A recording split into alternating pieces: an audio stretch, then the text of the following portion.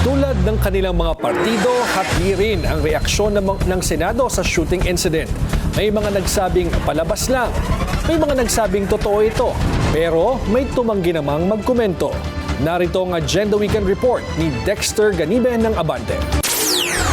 Sorry, but I don't think there's any question. The Senate is under attack, was under attack. All of you, your lives were in danger last night. Hampas ng kamay sa podium, sabay ng pagtaas ng boses, si Senate President Alan Peter Cayetano nang humarap sa Senate media nitong Huwebes. Isang araw matapos ang palitan ng putok ng mga miyembro ng Office of the Surgeon at Arms at NBI.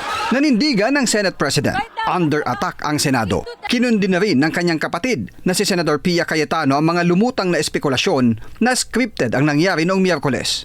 I heard that there officials, publicly elected officials, there are netizens who say na gawa-gawa lang to.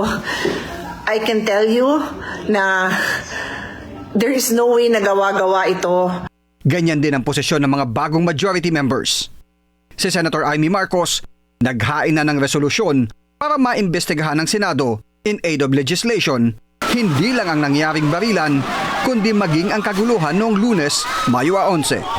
Pero bilang dating PNP chief, tiwala si Senator Ping Lacson na maaring naiwasan ang insidente ng Senate shooting kung nagkaroon lang niya ng koordinasyon o komunikasyon sa panig ng OSAA at ng NBI. Pinabulaan na naman ni Senator Riza Ontiveros ang aligasyong nakatanggap di umano siya ng babala na may mangyayari sa Senado noong Miyerkules kaya maaga siyang umalis. Ang mga nagsasabi niyan, actually sila yung pinaka may dapat ipaliwanag. So, gaslighting sila sa ganyang pangingintriga, which is beneath the dignity of senators. Paglilinaw niya, tapos na ang sesyon kaya umalis na siya para habulin ang flight patungo sa probinsya. Umaasa siyang lalabas ang katotohanan sa isinasagawang investigasyon. I'm hoping simply that the whole truth will come out. Sino ba ang nagpasimula ng ganyang sitwasyon? Sino nagpa-escalate? Sino ang unang bumaril para nag-degenerate ang sitwasyon na iyan so rapidly and so badly?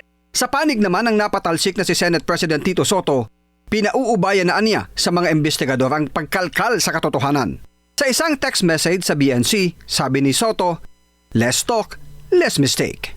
Para sa Agenda Weekend, Dexter Ganibe, Abante.